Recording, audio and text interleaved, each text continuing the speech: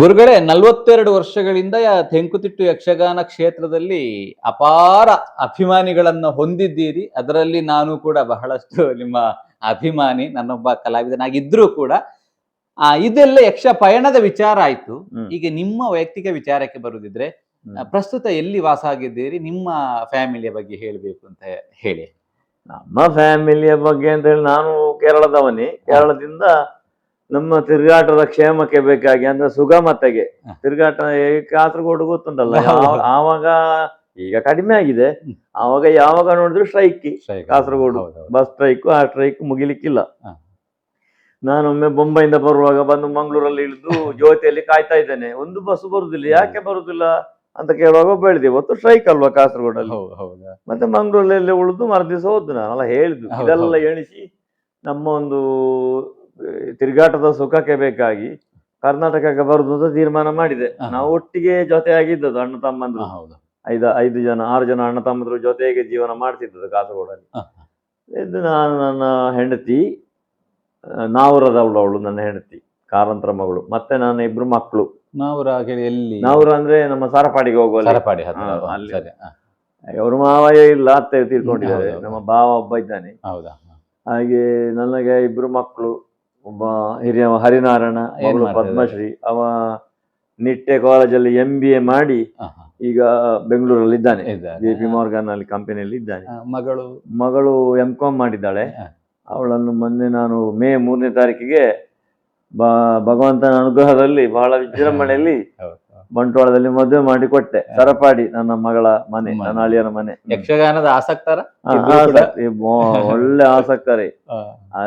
ಇವಳು, ನನ್ನ ಮಕ್ಕಳು ಕೂಡ ಯಕ್ಷಗಾನದಲ್ಲಿ ಕೆಲವು ಪಾತ್ರ ಮಾಡಿದ್ದಾರೆ. ಮತ್ತೆ ನಾನು ಅಂದ್ರೆ ಅವರ ಒಲವು ನೋಡಿ ನನಗೆ ಭಯ ಪ್ರಾರಂಭ ಆಯ್ತು. ನನಗಾಗುದು ಬೇಡಿ ಮಕ್ಕಳ ಕಥೆ ಅಂತ ನಾನೇ ಅವರನ್ನು ದೂರ ಇಟ್ಟದ್ದು ಯಕ್ಷಗಾನ. ಈಗಲೂ ಹೇಳ್ತಾರೆ ಅವರು, ನನ್ನ ಅಪ್ಪ ಆಟದಿಂದ ದೂರ ಇಟ್ಟದ್ದು ಅಂತ ಹೇಳ್ತಾರೆ ಮಕ್ಕಳು. ಆ ದೂರ ಇಟ್ಟ ಕಾರಣ ಒಂದೊಂದು ಸ್ಥಾನಕ್ಕೆ ಬಂದ್ರು. ಮತ್ತೆ ನನ್ನ ಈ ಚೌಕಿಯಲ್ಲಿ ಇದ್ದ ಬೈಗಳು ತಿದ್ದುಕೊಂಡು ಮತ್ತೆ ಎಲ್ಲಕ್ಕಿಂತ ಮಿಗಿಲೊಂದು ವಿಷಯ ಉಂಟು, ನಮ್ಮಷ್ಟು ಕಷ್ಟ ಪಡ್ಲಿಕ್ಕೆ ಸಾಧ್ಯ ಇಲ್ಲ ಮಕ್ಕಳಿಗೆ. ಹೌದು, ನಮಗೆ ನಿದ್ರೆ ಬಿಟ್ಟು ಆ 2 ರೂಪಾಯಿ ಸಂಬಳಕ್ಕೆ ಆ ಮಕ್ಕಳಿಗೆ ಸಾಧ್ಯ ಇಲ್ಲ. ನಾವು ಆ ಭಯದಲ್ಲೇ ನಾವು ಅವರನ್ನು ದೂರ ಇಟ್ಟದ್ದು. ಬೇಡಪ್ಪ, ನಾನು ಪಟ್ಟದ್ದೇ ಸಾಕು, ನನ್ನ ಮಕ್ಕಳು ಇಷ್ಟು ಕಷ್ಟಪಡುದು ಬೇಡ ಅಂತ ಇದರಲ್ಲಿ ನಾವು ದೂರ ಇಟ್ಟದ್ದು. ಅದೇ ಈಗ ಇತ್ತೀಚೆಗೆ ಬಂದವರಿಗೆಲ್ಲ ಮತ್ತೆ ಈಗ ಏನು ತೊಂದ್ರೆ ಇಲ್ಲ. ಯಕ್ಷಗಾನ ಅಂದ್ರೆ ನಿಮಗೂ ಹಾಗೆ ಅಂದ್ರೆ ಮೊದಲಿನ ನಮ್ಮ ಕಾಲದ ಕಷ್ಟ ಇಲ್ಲ. ತುಂಬಾ ಸೌಕರ್ಯ ಆಗಿದೆ, ಹೋಗ್ಲಿಕ್ಕೆ ಬರ್ಲಿಕ್ಕೆ ಬಸ್ಸು, ಮತ್ತೆ ಅವರವರಿಗೆ ವೆಹಿಕಲ್ ಉಂಟು ಬೇಕಾದ್ರೆ, ಎಲ್ಲ ಏನು ತೊಂದ್ರೆ ಇಲ್ಲ ಅಂತ ಕಾಲ. ಮತ್ತೆ ಕಾಲಮಿತಿ ಬಂತು. ಹಾಗೆ ಒಂದು ಟೈಮಿಂಗ್. ಕಾಲಮಿತಿಯ ಬಗ್ಗೆ ಏನ್ ಹೇಳ್ತೀರಿ ನೀವು? ಬೆಳಗಿನವರೆಗಿನ ಅನುಭವ ಡಿಫ್ರೆನ್ಸ್ ಏನು? ಈಗ ಕಾಲಮಿತಿ ಅನುಕೂಲವು ಅಥವಾ ಅನಾನುಕೂಲವು ಅಂತ ಹೇಳಿ ಹೇಗೆ? ನಾನು ಹೇಳಿದ್ರೆ ತುಂಬಾ ಜನ ವಿರೋಧಿಸ್ಯಾರು. ನನಗೆ ನಿಜವಾಗಿ ಅಭಿಪ್ರಾಯ ಅಷ್ಟೇ, ನಮ್ಮ ಅಭಿಪ್ರಾಯ. ಮೊದಲಿನ ಆಟವೇ ಒಳ್ಳೇದು. ಹೌದು, ಮೊದಲಿನ ಆಟವೇ ಒಳ್ಳೇದು. ಕಾಲಮಿತಿಯಲ್ಲಿ ಎಂತದ್ದು ಮಾಡ್ಲಿಕ್ಕಿಲ್ಲ ಯಕ್ಷಗಾನ. ಕಾಲಮಿತಿ ಯಕ್ಷಗಾನದಲ್ಲಿ ಒಂದು ಪಾತ್ರಗಳನ್ನು ಪೂರ್ಣ ಪ್ರಮಾಣದಲ್ಲಿ ಮಾಡ್ಲಿಕ್ಕೂ ಇಲ್ಲ. ಮತ್ತೆ ಅವನ ಅಧ್ಯಯನ ತುಂಬಾ ಕುಂಠಿತ ಆಗ್ತದೆ, ಏನು ಕಲೀಲಿಕ್ಕಿಲ್ಲ. ಈಗ ಒಂದು ಇಡೀ ರಾತ್ರಿಯಲ್ಲಿ ಮಾಡುವಂತ ಒಂದು 2ನೇ ಅಕ್ಷರ ಬೇರೆ, ಕಾಲಮಿತಿಯಲ್ಲಿ ಮಾಡುದು ಬೇರೆ. ಟೈಮ್ ಎಲ್ಲ ಕಟ್ ಮಾಡಿ ಮಾಡುದಲ್ಲ, ಮತ್ತೆ ಅಧ್ಯಯನ ಇಲ್ಲ. 2 ಆರೋಗ್ಯದ ವಿಷಯದಲ್ಲಿ ನೋಡಿದ್ರು ಸಹ ಬೆಳಗಿನವರೆಗಿನ ಆಟವೇ ಒಳ್ಳೇದು. ಯಾಕಂದ್ರೆ ನಾವಿಗೆ ಒಂದು 8 ಗಂಟೆ ತನಕ ನಾವು ಬಿಡಾರದಲ್ಲಿ ನಿದ್ರೆ ಮಾಡಿದೆವು. ಬೆಳಿಗ್ಗೆ ಹೋಗಿ ಮಲಗಿದ್ರೆ, ಮಧ್ಯಾಹ್ನ ಎದ್ದು ಊಟ ಮಾಡಿದ್ರೆ ಪುನಃ ಮಲಗಿದ್ರೆ ಸರಿ. ಒಬ್ಬ ರೆಸ್ಟ್ ಬೇಕಾದವನಿಗೆ ಮಧ್ಯಾಹ್ನದ ನಂತರ ಸಿಕ್ಕಿದ ನಿದ್ರೆ ಸಾಕು. ಅಂದ್ರೆ 1 ಗಂಟೆಗೆ 2 ಗಂಟೆಗೆ ಊಟ ಆಗ್ಲಿ, 3, 4, 5, 6, 7, 8 ಇಷ್ಟು ನಿದ್ರೆ ಸಿಕ್ಕಿದ್ರೆ ನನಗೆಲ್ಲ ಅವಾಗ ಅಷ್ಟೇ ನಿದ್ರೆ ಇದ್ದದ್ದು. ಮತ್ತೆ ನಾನು ಬೆಳಿಗ್ಗೆಲ್ಲ ಏನಾದ್ರು ಬೇರೆ ಕೆಲಸ ಮಾಡ್ತಿದ್ದೆ, ಓದುದ ಬರೀದಂತ ಮಾಡ್ತಿದ್ದೆ. ಹಾಗೆ ಆಗಿ ಬಿಡಾರಕ್ಕೆ ಚೌಕಿಗೆ ಬಂದು, ಚೌಕಿಯಲ್ಲಿ ಬಂದ ಕೂಡಲೇ ವೇಷ ಇರುವುದಿಲ್ಲಲ್ಲ, ಪುನಃ ಹೋಗಿ ಮಲಗಿದ್ದು ಬೇಕಾದ್ರೆ ಊಟ ಮಾಡಿ. ರಕ್ತ ಬೀಜ ಎಲ್ಲ ಆದ್ರೆ 2 ಗಂಟೆ ನೀವು ನೋಡಿದ್ರೆ ಎಷ್ಟು ವೇಷ, ವಾಲಿ, ಕೌಂಡ್ಲಿಕ್ಕ, ಶಿಶುಪಾಲ ಎಲ್ಲ ಬೆಳಿಗ್ಗೆ ವೇಷ. ನಾನು ಅವಾಗ ಇದು 2 ಗಂಟೆಗೆ ಎದ್ದು ಬರುದು ಚೌಕಿಗೆ ಬಂದು ವೇಷ ಮಾಡಿದ್ದು ಹೋಯ್ತು. ಆವಾಗ ಎಂತ ಆಯ್ತಂದ್ರೆ ಇಲ್ಲಿ ಒಂದು ನಿದ್ರೆ ಆಯ್ತು, ಬಿಡಾರದಲ್ಲಿ ಒಂದು ಒಳ್ಳೆ ಆರೋಗ್ಯ ಒಳ್ಳೆ ಕರೆಕ್ಟ್ ಇರ್ತದೆ. ಈಗ ಕಾಲಮಿತಿ ಅಂತ ಹೇಳ್ತೀರಿ, 12:30ಕ್ಕೆ ಮುಗಿಕೊಂಡತ್ತ ಅಂತ. ಮುಗ್ದ ಮೇಲೆ ಎಲ್ಲಿಗೆ ಹೋಗ್ತೀರಿ? ಎಲ್ಲಿಗೆ? ಹೌದು. ನಮಗೆ ಬಿಡಾರ ಮಾಡ್ತಾರೆ, ಮಾಡುದಿಲ್ಲ ಅಂತಲ್ಲ. ಸತ್ಯ ಪಾವನ ಮೇಳದಲ್ಲಿ ರಾತ್ರಿ ಬಿಡಾರ ಇದ್ದೇ ಇರ್ತದೆ. ಹೌದು. ಮತ್ತೆ ಪಾವನ ಮೇಳದಿಂದ ರಾತ್ರಿ ಬಿಡಾರದಿಂದ ಹೋಗ್ಲಿಕ್ಕಿಲ್ಲ, ಇಲ್ಲ. ಹೌದು. ಬೆಳಿಗ್ಗೆ ಹೋಗುದು. ಬೆಳಿಗ್ಗೆ ಹೋಗುದು. ರಾತ್ರಿ ಪ್ರಯಾಣ ಮಾಡ್ಲಿಕ್ಕಿಲ್ಲ ಬಿಡಾರದಿಂದ, ಬಸ್ ಹೋಗುದಿಲ್ಲ. ಮತ್ತೆ ಹೋಗುದು. ಅವರವರ ವೆಹಿಕಲ್ ಅಲ್ಲಿ ಹೋಗ್ತಾರೆ. ಹೋಗ್ತಾರೆ. ಈಗ ನಾವೆಲ್ಲ ಹತ್ತಿರ ಆಟ ಅಂತೇಳಿ ಸಿಕ್ಕಿದ ಗಾಡಿ, ಬಸ್ಸು, ರಾತ್ರಿ ಪೇಪರ್ ಕಾರು ಹಿಡ್ಕೊಂಡು ನಾವು ಹೇಗಾದ್ರೂ ನಮ್ಮ ಮನೆಗೆ ಬರ್ತೇವೆ. ಹೌದು. ಇಲ್ಲಿಗೆ ಬರುವಾಗ 2 ಗಂಟೆ 3 ಗಂಟೆ ಆಯ್ತು ಅಂತ ಇಟ್ಟುಕೊಳ್ಳಿ. ಹೌದು. ಮತ್ತೆ ಸ್ವಲ್ಪ ಮಲಗಿ ಎಷ್ಟು ನಿದ್ರೆ ಮಲಗಿದ್ರು 7 ಗಂಟೆಗೆ ಎಚ್ಚರಿಕೆ ಆಯ್ತೆ. 7 ಗಂಟೆಗೆ ಎಚ್ಚರಿಕೆ ಆಗ್ತದೆ. ಹೌದು. ಮತ್ತೆ ಇಡೀ ದಿನ ಎದ್ದು ನಮ್ಮ ನಿತ್ಯ ವಿದ್ಯಾರ್ಥಿ ಎಲ್ಲ ಮಾಡಿ ಮತ್ತೆ ಮಲಗಲಿಕ್ಕಿಲ್ಲ. ಮತ್ತೆ ಮಧ್ಯಾಹ್ನ ಮಲಗುದು. ಹೌದು. ಊಟ ಮಾಡಿದಲ್ಲಿ ಮಧ್ಯಾಹ್ನ ನಂತರ ಮಲಗಿದ ಮೇಲೆ ಒಂದು 4 ಗಂಟೆ ಆಗುವ ಹೊರಡ್ಲಿಕ್ಕೆ ಆಟಕ್ಕೆ ಹೋಗ್ಬೇಕಲ್ಲ. ಹೌದು. ಈಗ ಏನಾಗ್ತದೆ ಅಂದ್ರೆ ನಿದ್ರೆ ಕಟ್ಟು ಕಟ್ಟು ಕಟ್ಟು ಕಟ್ಟು ಆ ನಿದ್ರೆ ಉಂಟಲ್ಲ, ಹೌದು. ನಿಮಗೆ ಪೂರ್ಣ ಸುಶಕ್ತಿ ಬರ್ಬೇಕು. ಫುಲ್ ನಿದ್ರೆ ಆರೋಗ್ಯ ಒಳ್ಳೇದಾಗ್ತದೆ. ಹೌದು. ಇದೊಂದು ಜಾಗರ ಚೆನ್ನಾಗಿ ಹೋಗ್ಲಿಕ್ಕೆ ಅರ್ಧ ಉಂಟು ಮನಸ್ಸಿನಲ್ಲಿ ಇದ್ರೆ ಉಂಟಲ್ಲ, ಆ ನಿದ್ರೆ ಪೂರ್ಣ ಆಗುದಿಲ್ಲ. ಹಾಗಾಗಿ ಮತ್ತೆ ಕಲೀಲಿ ಅಧ್ಯಯನದ ಮಟ್ಟಿಗೆ ಬೆಳಗಿನವರೆಗೆ ನಾವು ಬೆಸ್ಟ್. ಅಂದ್ರೆ ಭಾಗವತರ ಪದ್ಯ ಕೇಳಲಿಕ್ಕೂ ಸುಖ, ರಾಗಗಳನ್ನು ಬಳಸುವಾಗಲೊಂದು ಆನಂದ. ನಿಮಗೆ ಅದನ್ನು ಅನುಭವಿಸಿ ಗೊತ್ತಿಲ್ಲ. 2 ಗಂಟೆ ಆಗುವಾಗ 3 ಗಂಟೆ ಆಗುವಲ್ಲ ಮೋಹನ, ಆರಬಿ, ರೂಪಾಳಿ ಎಲ್ಲ ರಾಗ ಬರುವಾಗ ಒಂದು ಪರಿಣಾಮ ರೋಮಾಂಚನ ಆಗ್ತಿತ್ತು ನನಗೆ. ನಾನಂದ್ರೆ ಕುಬಣೂರವರ ಮೇಳಕ್ಕೆ ಬರುವಾಗ ನೀವು ಕಟೀಲು ಬಿಟ್ಟು ಬೇರೆ ಮೇಳಕ್ಕೆ ಬಂದ ಸಂದರ್ಭ, ಆ ಸಂದರ್ಭದಲ್ಲಿ ನೀವು ಬಿಟ್ಟಿರುವಂತ. ನಾನು ಕುಬಣೂರು ಮಾತ್ರ ಪದ್ಯದಲ್ಲಿ ತುಂಬಾ ಲಯಿಸ್ತಿದ್ದೆ. ನನಗೆ ತುಂಬಾ ಖುಷಿ ಆಗ್ತಿದೆ. ಕೆಲವು ಅಂತ ಒಂದು ಶ್ಯಾಮ, ಶುದ್ಧ ಸಾವೇರಿ, ಆರಬಿ ಅವರು ಒಂದು ಬಳಸ್ತಿದ್ರು ರಾಗಗಳು ಉಂಟಲ್ಲ. ಈಗ ಸುಬ್ರಾಯ ಹೊಳ್ಳರ ಮೇಕಪ್ ಅಂದ್ರೆ ಮುಖವರ್ಣಕ್ಕೆ ಬಹಳ ಫ್ಯಾನ್ಸ್ ಇದ್ದಾರೆ. ಎಲ್ಲರೂ ಮಾಡೋದು ಹೊಳ್ಳರ ಮೇಕಪ್ ಅಂತ ಹೇಳಿ, ಅದಕ್ಕೆ ಉಲ್ಲನ್ ಮೀಸೆ ಎಲ್ಲ ಕಟ್ಟಿ ಏನಿದು ಹೊಳ್ಳರ ಮೇಕಪ್ ಇದು ಟ್ರಿಕ್ಸ್ ಅಂತ ಹೇಳಿ. ನಿಮ್ಮ ಮೇಕಪ್ ಒಂದು ಅಷ್ಟು ಏನು ಒಂದು ರೈಸ್ಬೇಕಂತ ಹೇಳಿದ್ರೆ, ಅಥವಾ ಅದನ್ನ ಬಹಳಷ್ಟು ಜನ ಹೊಳ್ಳರ ಮೇಕಪ್ ಅನ್ನು ಫಾಲೋ ಅಪ್ ಮಾಡ್ತಾರೆ. ಸೊ ನೀವು ನಿಮ್ಮ ಮೇಕಪ್ ನ ಬಗ್ಗೆ ಏನು? ನಿಮ್ಮ ಮುಖ ನೋಡಿದ್ರೆ ಎಷ್ಟು ಸಣ್ಣದು, ಆ ಮೀಸೆ ಕಟ್ಟುವಾಗ ಅದರ ಛಾಯೆ ಎಲ್ಲ ಬದಲಾಗ್ತದೆ ಅಂತ ಹೇಳಿ. ನಿಮಗೆ ಗೊತ್ತಿರ್ಬೋದು, ನಿಮ್ಮ ಶಿಷ್ಯರೆಲ್ಲ ಇದ್ದಾರೆ ನಿಮ್ಮ ಮೇಕಪ್ ಅನ್ನ ಫಾಲೋ ಅಪ್ ಮಾಡುವವರು. ನಾನು ಹೆಸರು ಹೇಳುದಿಲ್ಲ, ಆದ್ರೂ ನನ್ನ ಮೇಕಪ್ ಅಂತ ಇಲ್ಲ, ನಂದು ಮೇಕಪ್ ಅಲ್ಲ ಅದು. ಬಣ್ಣದ ಮಾಲಿಂಗಜ್ಜ ಈ ರೇಖೆಗಳನ್ನೆಲ್ಲ ಹೀಗೆ ಬರಿಬೇಕು ಅಂತ ಹೇಳ್ತಿದ್ದು. ಹೀಗೆ ಕುತ್ತ ಬರಿಬಾರ್ದು, ಮೇಲೆಗೆ ಹೀಗೆ ಬರಿಬೇಕು ಅಂತ, ಹೀಗೆ ನೇರಕ್ಕೆ. ಆವಾಗ ನೀವು ನೋಡಿ ಅಲ್ಲಿ ನನ್ನ ಬಣ್ಣದ್ದೆಲ್ಲ ಅದು ಹಾಗೆ ಬರದ ಕೂಡಲೇ ಮುಖ ಅಗಲ ಆಗ್ತದೆ ಅಂತ ಅವ್ರು ಮಾಲಿಂಗಜ್ಜ ಹೇಳುದು. ಹಳೆ ಶೈಲಿಯಲ್ಲೆಲ್ಲ ಹಾಗೆ ರೇಖೆ. ಕಿರೀಟ ವೇಷಕ್ಕೆ ಅವರು ಮತ್ತೆ ಅದ್ಭುತ ಕಲಾವಿದಲ್ಲ ಮಾಲಿಂಗಜ್ಜ. ಅವರು ಕಿರೀಟ ವೇಷ ಇದೆಲ್ಲ ಮಾಡ್ತಾ ಅಲ್ಲ ಬಣ್ಣದ ವೇಷಧಾರಿ ಆದ್ರು. ಅವಾಗ ಅವರೆಲ್ಲ ಹೇಳ್ತಿದ್ರು ಹೀಗೆ ನನಗೆ ಬರೀಲಿಕ್ಕೆಲ್ಲ ಹೇಳಿಕೊಡ್ತಿದ್ರು ಆ ಕಾಲದಲ್ಲಿ ಸಣ್ಣದಿರುವಾಗ. ನಾವು 10-17 ವರ್ಷದ ಹುಡುಗ ಅಲ್ಲ ಅವರ ಮೇಳದಲ್ಲಿ. ಅವಾಗ ನಮ್ಮನ್ನು ಬಹಳ ಪ್ರೀತಿಯಲ್ಲಿ ಕರೀತಿದ್ರು ಅಜ್ಜ. ಮಾಲಿಂಗಜ್ಜ ಮಾಲಿಂಗಜ್ಜನಿಗೆ ನಾವು ಅದಕ್ಕಿಂತ ಮೊದಲೇ ಗೊತ್ತುಂಟು. ಅವ್ರು ಎಡ್ನೀರು ಮಠಕ್ಕೆ ಬರುವಾಗಲೇ ನಮ್ಮ ಅಲ್ಲಿ ಅಜ್ಜನ ಮನೆಗೆಲ್ಲ ಬರ್ತಿದ್ರು, ಅಲ್ಲೆಲ್ಲ ಮಾತಾಡ್ತಿದ್ರು. ಹಾಗೂ ಮೇಳದಲ್ಲಿ ಇರುವಾಗಲೂ ಹಾಗೆ ಅವರೊಂದು ಕರೆಯುವ ಶಬ್ದ ಉಂಟು, ಇಲ್ಲಿ ನೆಗಾಡಿಯನ ಕುಂಜಣ್ಣ ಇಮ್ಮಟ್ಟು ಬೇರೆ ಕುಂಜಣ್ಣ ಅಂತ ಕರೀತಾರೆ ರೀತಿಯಲ್ಲಿ. ಅಂದು ಕರೆದು ಆ ರೇಖೆಗಳ ಬಗ್ಗೆ. ಮತ್ತೆ ಹಸಿ ಬಣ್ಣ ಉಂಟಲ್ಲ ನಿಮ್ಮ, ಈಗ ಹಸಿ ಬಣ್ಣ 4 ಪ್ರತಿ ಮಾಡಿ ಚೌಕಿಯಲ್ಲಿ ಇಡ್ತಾರಲ್ಲ, ಆವಾಗಿಲ್ಲ. ಆಗ ಒಂದೇ ಪ್ರತಿ, 1 ಅಥವಾ 2 ಪ್ರತಿ. ಅದು ಬಣ್ಣದ ವೇಷದವರ ಹತ್ರ ಇರೋದು ಆ ಪ್ರತಿ. ಯಾವುದು ನಿಮ್ಮ ಇಂಗ್ಲಿಕ್, ಅರಶಿನ ಮತ್ತೆ ಛಾಯೆ ಬಿಳಿಯಲ್ಲಿ ಉಂಟಲ್ಲ ಎಲೆಯಲ್ಲಿ ಕಳಸಿಟ್ಟದ್ದು, ಅದು ಅವರ ವೇಷ ಆದ ಮೇಲೆ ಅವರು ಬೇಕಾದ್ರೆ ಕೊಡುದು, ಇಲ್ಲ ಮತ್ತೆ ತಗೊಳ್ಬೇಕು. ಅವರ ವೇಷ ಬಾಕಿ ಇರುವಾಗ ಬೆಳಿಗ್ಗೆ ಇದ್ರೆ ಮುಟ್ಲಿಕ್ಕಿಲ್ಲ, ಮತ್ತೆ ನಾವು ನಮ್ಮಷ್ಟಕ್ಕೆ ಕಳಿಸ್ಬೇಕು. ಅವಾಗ ಮಾಲಿಗಜ್ಜ ಮಹಿಷಾಸುರನ ಮತ್ತೆ ವೀರಭದ್ರನ ಎಂತ ಪಾತ್ರ ಆದ ಮೇಲೆ ನನ್ನನ್ನು ಕರೀತಿದ್ರು. ಎಂತ ವೇಷ? ನಾನು ಧೂಮ್ರಾಕ್ಷ. ಹೇಗಿದ್ದಿ ಬರೀರಿ ಅಂತ, ಇದರಲ್ಲಿ ಬರೀರಿ ಅಂತ ಹೇಳಿ ಅವ್ರು ಕೊಡುದು ನನಗೆ ಹಸಿ ಬಣ್ಣ. ಅಷ್ಟು ಹಾಗೆಲ್ಲ ಬರೆದು ತಕೊಂಡೋಗಿ ನಾನು ಮತ್ತೆ ಗೀಚುದು ಮುಖಕ್ಕೆ. ಗೀಚಿ ಅದು ಹಾಗೆಲ್ಲ ಒಂದು ಚಿತ್ರ ಬಂದದ್ದು. ಅದಕ್ಕೆ ಗುರುಗಳೀಗ ನೀವು ಹಸಿ ಬಣ್ಣವನ್ನ ಹಸಿ ಬಣ್ಣದಲ್ಲಿ ಈ ಕಪ್ಪಿನ ರೇಖೆ ಉಂಟಲ್ಲ, ಅದು ಕಡಕ್ ಬರ್ಬೇಕು. ಅದು ಪ್ರಾಣ ರೇಖೆ. ಅದು ಬರುವುದಿಲ್ಲ ಕೆಲವರದ್ದು, ನೀರಾಗ್ತದೆ.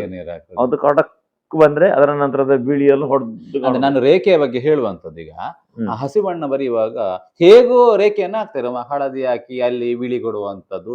ಈಗ ಅದು ರೇಖೆಗೆ ಒಂದು ಕ್ರಮ ಅಂತ ಹೇಳಿದೆ ಅನ್ನುವಂಥದ್ದು ನಾನು ಕೇಳಲ್ಪಟ್ಟಿದ್ದೇನೆ. ಯಾವ್ದಾಗಿ ಯಾವ್ದು ಕೊಡುವಂಥದ್ದು, ಯಾವ್ದಾಗಿ. ಈಗ ನಿಮ್ಮದ್ರಲ್ಲಿ ಆ ಫಿನಿಶಿಂಗ್ ಅನ್ನುವಂಥದ್ದು ಬರ್ತದೆ. ಕೆಲವರು ಒಟ್ಟಾರೆ ಈಗ ಕೆಂಪು ಕೊಡ್ತಾರೆ, ಹಳದಿ ಕೊಡ್ತಾರೆ, ಆ ರೀತಿ ಅಲ್ಲ. ಅದಕ್ಕೆ ಏನು ಹೇಗೆ ಅದೊಂದು ಕ್ರಮ? ತುಂಬಾ ಜನ ನನ್ನ ವಾಹಿನಿ ನೋಡುವವರು ಇದ್ದಾರೆ, ಹಾಗಾಗಿ ನಾನು ಅದು ರೇಖೆಗೆಲ್ಲ ಲೆಕ್ಕಾಚಾರ ಹೀಗೆ ಉಂಟು. ಮತ್ತೆ ಬರೆಯುವ ಕ್ರಮ ಹಾಗೆ. ಕೆಲವರು ಇಲ್ಲಿ ಒಂದು ಸುಳಿಯ ಒಳಗೆ ಒಂದು ಛಾಯೆ ತುಂಬಿಸಿದ್ರು, ಹೌದು ಇಲ್ಲಿ ಬಿಟ್ರು. ಬಿಟ್ರು. ಈಗ ಒಂದು ಸಮಗ್ರ ಮುಖಕ್ಕೆ ಬರೆಯುವಾಗ ಉಂಟಲ್ಲ, ಒಂದು ಬಣ್ಣ ತೊಡಗಿದ ಹಾಗೆ ಇಡೀ ಮುಖಕ್ಕೆ ಬರಿಬೇಕು. ಈಗ ಇಲ್ಲಿ ಅವನ ಒಂದು ಛಾಯೆದು ಹೀಗೆ ಗೀಟು ಕೊಟ್ರೆ ಇಲ್ಲಿ ಛಾಯೆದು ಬರಬೇಕು. ಅದು ಇಲ್ಲಿ ಅರಶಿನ ಕೊಟ್ರೆ ಅದೇ ರೀತಿ ಬಿಳಿಯಗಳಿಗೆ ಇಲ್ಲಿ ಸಹ ಅರಶಿನ ಬರ್ಬೇಕು. ಈಗ ಸಮಗ್ರ ಮುಖಕ್ಕೆ ಬಣ್ಣ ಬರೆಯುವಾಗ ಹಾಗೆ ಬರಿಬೇಕು. ಹೌದು. ಮತ್ತೆ ರಾಜಸ ತಾಮಸ ಅಂತ ಬಣ್ಣಗಳಲ್ಲಿ ಇದು ಬರ್ತದೆ ಕೆಲವು ರೇಖೆಗಳಲ್ಲಿ. ನನಗೆ ಅದ್ರ ಬಗ್ಗೆ ಸ್ಪಷ್ಟ ಅಧ್ಯಯನ ಅಂತ ಇಲ್ಲ. ಆದ್ರೆ ಮೇಕಪ್ ನೋಡುವಾಗ ತಿಳಿಬೇಕು ಅದು. ಈಗ ದೇವೇಂದ್ರ ಮಾಡಿ, ಈಗ ಎಷ್ಟೋ ಜನ ನಾನು ನೋಡ್ತೇನೆ, ನನಗೆ ತುಂಬಾ ನೋವಾಗ್ತದೆ ದೇವೇಂದ್ರನ ನೋಡುವಾಗ. ದೇವೇಂದ್ರ, ಅರ್ಜುನ ಎಲ್ಲ ಭಯಂಕರ, ಬಲರಾಮ ಕ್ರೌರ್ಯ ಅಂದ್ರೆ ಈಗ ಉಬ್ಬು ಬರದು, ಈಗ ಕಣ್ಣು ಬರದು, ಮತ್ತೆ ಕೊಂಬ ಮೀಸೆಲ್ಲ ಈಗ ಇಟ್ಟು, ಯಕ್ಷಗಾನದ ವೇಷವೇ ಅಲ್ಲ. ಇವರು ಹೇಳ್ತಾರೆ ಅದು ನಾಟಕ ಬಂದಿ. ನಾವು ಅದು ಮಾತಾಡ್ಲಿಕ್ಕಿಲ್ಲ, ನಾವು ಅದ್ರ ಬಗ್ಗೆ ಅವ್ರ ಹತ್ರ ಕಮೆಂಟ್ ಹೇಳಲಿಕ್ಕಿಲ್ಲ, ಅವ್ರ ಹತ್ರ ಮಾತಾಡ್ಲಿಕ್ಕೆ ಇಲ್ಲ. ಅಭಿಪ್ರಾಯಗಳನ್ನು ಸ್ವೀಕರಿಸ್ತಾರೆ ಖಂಡಿತವಾಗಿ. ತುಂಬಾ ನೋವಾಗ್ತದೆ ನನಗೆ. ನಾನು ಇವನ ಹತ್ರ ಹೇಳಿದೆ ಒಂದ್ಸಲ, ನನ್ನ ಬಾತ್ಮಿ ಹುಡುಗನಿಗೆ ಹೇಳಿದೆ, ಅವ ಬರೆಯುವಾಗ ಉಲ್ಲನ್ ಮೀಸೆ ಕಟ್ಟುತ್ತಾನೆ, ಹುಬ್ಬು ಹೀಗೆ ಬರೀತಾನೆ ಕೊಕ್ಕೆ. ಹೇಳಿದೆ ಉಲ್ಲನ್ ಮೀಸೆ ಇಡುದಿದ್ರೆ ಹುಬ್ಬು ಇದೇ ಆಗ್ಬೇಕು, ನಮ್ಮ ಈಚೆ ಸೋಗೆ ಮೇಲಿನದ್ದು ಹುಬ್ಬಾಗ್ಬೇಕು. ಅದಕ್ಕೆ ಇರುವಂತದ್ದು ಉಲ್ಲನ್ ಮೀಸೆ. ಕಟ್ಟುವ ಮೀಸೆ ಆದ್ರೆ ಈ ನಿಮ್ಮ ಈ ಕೊಕ್ಕೆ ಮೀಸೆ ಎಲ್ಲ ಕಟ್ಟುದಿದ್ರೆ ಹುಬ್ಬು ಹೊರದ್ರು ಆಗ್ತದೆ. ಈಗ ಮೊದಲನ ಹಳಬರು ಸಹ ಕೆಲವರು ಈ ನಾಟಕೀಯ ಟೈಪಿನ ಮೇಕಪ್ ಮಾಡ್ತಿದ್ರು, ನಾನು ನೋಡಿದ್ದೇನೆ. ಈಗ ಗೋವಿಂದ ಭಟ್ರದೇ ಹಳೆ ವೇಷ ಎಲ್ಲ ನೋಡಿದ್ರೆ ಅವ್ರು ಶುದ್ಧ ನಾಟಕೀಯದಲ್ಲೇ ಇದ್ದದ್ದು ಹುಬ್ಬು ಇದೆಲ್ಲ ಗೋವಿಂದ ಭಟ್ರದ್ದು. ಆಮೇಲೆ ಅವರು ಈ ಹುಬ್ಬು ಸೋಗೆ ಬರ್ಲಿಕ್ಕೆ ಶುರು ಮಾಡಿದ್ರು. ನಾವು ನೋಡೋ ಕಾಲಕ್ಕೆ ಗೋವಿಂದ ಭಟ್ರು ಈಗಲೂ ಅಂದ್ರೆ ವೇಷ ಉಂಟು ಗೋವಿಂದ ಭಟ್ರು. ಹೀಗೆ ಹುಬ್ಬು ಅವ್ರದ್ದು ಹೀಗೆ ಇಲ್ಲಿ ಕಟ್ಟು ಹುಬ್ಬು ಇಷ್ಟೇ. ಚಂದ ಕಾಣ್ತಿತ್ತಲ್ಲ, ಎಲ್ಲ ತಪ್ಪು ಅಂತಲ್ಲ, ಹೋಗೆ ಬರೀಲೇಬೇಕು ಅಂತ ಇದಲ್ಲ. ಆದ್ರೆ ಹುಬ್ಬು ಕಣ್ಣು ಇದ್ದದ್ದು ಹಾಗೆ ಯಕ್ಷಗಾನದ ಬರವಣಿಗೆ ಕ್ರಮ, ಈ ಗಡ್ಡ ಬರೆಯುವಂಥದ್ದು ಇದೆಲ್ಲ ಪೂರ್ಣ ಪ್ರಮಾಣದಲ್ಲಿ ಆಗುದಿದ್ರೆ ಹಾಗೆ. ನಾನು ಯಾಕೆ ಅಂತ ಕೇಳಿದ್ರೆ, ನಿಮ್ಮನ್ನ ತುಂಬಾ ಜನ ನೋಡ್ತಾ ಇರ್ತಾರೆ. ಹೊಳ್ಳರು ಅಂತ ಕೇಳಿದ್ರೆ ಅವರ ವೇಷದಷ್ಟೇ ಅವರ ಮೇಕಪ್ಗೂ ಕೂಡ ಒಂದು ಫ್ಯಾನ್ಸ್ ಅಂತ ಇದೆ. ಅವರಿಗೆ ಒಂದು ಸ್ವಲ್ಪ ಗೊತ್ತಾಗ್ಲಿ ಅನ್ನುವಂಥ ಉದ್ದೇಶ ಅಷ್ಟೇ, ಅದನ್ನ ಫಾಲೋ ಅಪ್ ಮಾಡ್ತಾರೆ ಅನ್ನೋ ಉದ್ದೇಶ. ಮೇಕಪ್ನಲ್ಲಿ ಹಾಗೆ ಪ್ರತಿ ಪಾತ್ರಗಳಿಗೆ ಹೊಂದಿಕೊಂಡು ಇದು ರೇಖೆಗಳನ್ನು ಬರಿಬೇಕು ಮುಖಕ್ಕೆ. ಕಳ್ಳ ಪಾತ್ರಕ್ಕೆ ಬರದಾಗೆ ನೀವು ಬಾಕಿ ಹುಬ್ಬೆಲ್ಲ ಒಳ್ಳೆ ಸಾತ್ವಿಕ ಕರ್ಣನಿಗೆಲ್ಲ ಬರೆದ್ರೆ ಕರ್ಣಲ್ಲ ದೊಡ್ಡ ಕಾಳ ಏನಲ್ಲ ಅಲ್ವಾ. ಈಗ ಮೊದಲವರು ಕರ್ಣನನ್ನು ಕೂಡ ಹಸಿಬಣ್ಣದಲ್ಲೇ ಬರೀತಿದ್ರಂತೆ, ಕಾರ್ತವೀರ್ಯ ಕರ್ಣ ಎಲ್ಲ ಹಸಿಬಣ್ಣದಲ್ಲಿ ಇತ್ತು ಮೊದಲು ಯಕ್ಷಗಾನದಲ್ಲಿ. ಅದು ಯಾವಾಗ ಅಂದ್ರೆ ಯಾವಾಗ ದೊಂದಿ ಬೆಳಕಿನ ಕಾಲದಲ್ಲಿ. ಈಗ ಆ ಬೆಳಕಲ್ಲ ನಮಗಿರುವುದು, ಆ ಬೆಳಕಲ್ಲ. ಅಷ್ಟು ಕ್ರೌರ್ಯ ಮುಖದಲ್ಲಿ ತೋರಿಸಬೇಕಾದ ಅಗತ್ಯ ಇಲ್ಲ. ಈಗ ಧರ್ಮರಾಯ, ಕರ್ಣ, ಕೌರವ ಉಂಟಲ್ಲ, ಮೂರು ಪಾತ್ರ ಕೂಡ ಚಕ್ರ ಬರೆದು ಹೀಗೆ ನಾಮ ಇದ್ದದ್ದು. ಅದು ಸಂಪ್ರದಾಯ ಅಂತ ಇದ್ದದ್ದು. ಹಾಗೆ ಅದು ಬೇಕಂತ ಸಹ ನಮಗೆ ವಿಮರ್ಶೆ ಮಾಡ್ಬೋದು, ಅದು ಅಗತ್ಯ ಉಂಟಾ, ಹಾಗೆ ಯಾಕೆ ಹೋಗ್ಬೇಕು ಮರ ಹರಿಭಕ್ತ. ಈಗ ಇತ್ತೀಚಿನವರು ಉದ್ದನಾಮ ಹಾಕುದಲ್ಲ, ಅದು ಆಕ್ಷೇಪ ಅಲ್ಲ ಅಂತ, ಅದು ಬೆಳವಣಿಗೆ ಸ್ವೀಕಾರಾರ್ಹವಾದ ವಿಷಯ ಅದು. ಈಗ ಕರ್ಣನಿಗೆ ಈಗ ಚಕ್ರ ಬರೆದು ಅಡ್ಡನಾಮ ಇದ್ದದ್ದು, ಕೌರವನಿಗೆ ಹಾಗೆ ಈಗ ಉದ್ದನಾಮ ಹಾಕಿ ಅಡ್ಡನಾಮ ಇದ್ದದ್ದು ನಾನು ನೋಡಿದ್ದೇನೆ ಅಂತ. ಕೌರವ ಕರ್ಣ ಅದ್ರದ್ದು ಬೇಕಾ, ಅಗತ್ಯ ಇಲ್ಲ ಅಂತ. ಹಾಗೆ ಈಗ ಮತ್ತೆ ವಿಚಾರ ನೋಡ್ಬೇಕು ಅಂತ ಹೇಳಿದ್ರೆ, ಹೊಳ್ಳರ ಜೂನಿಯರ್ ಹೊಳ್ಳ ಅಂತ ಹೇಳಿ ಕರೆಸಿಕೊಂಡಂತವರು ನಮ್ಮ ಬಹಳಷ್ಟು ಜನ ಇದ್ದಾರೆ. ಅದರಲ್ಲಿ ಮೊದಲನೇ ಸ್ಥಾನದಲ್ಲಿರುವಂತದ್ದು ಅರಳ ಗಣೇಶರು. ಎಲ್ಲವೂ A to Z. ನಿಮ್ಮ ಹಾಗೆ ಏನ್ ಹೇಳ್ತೀರಿ ಅವರ ಬಗ್ಗೆ?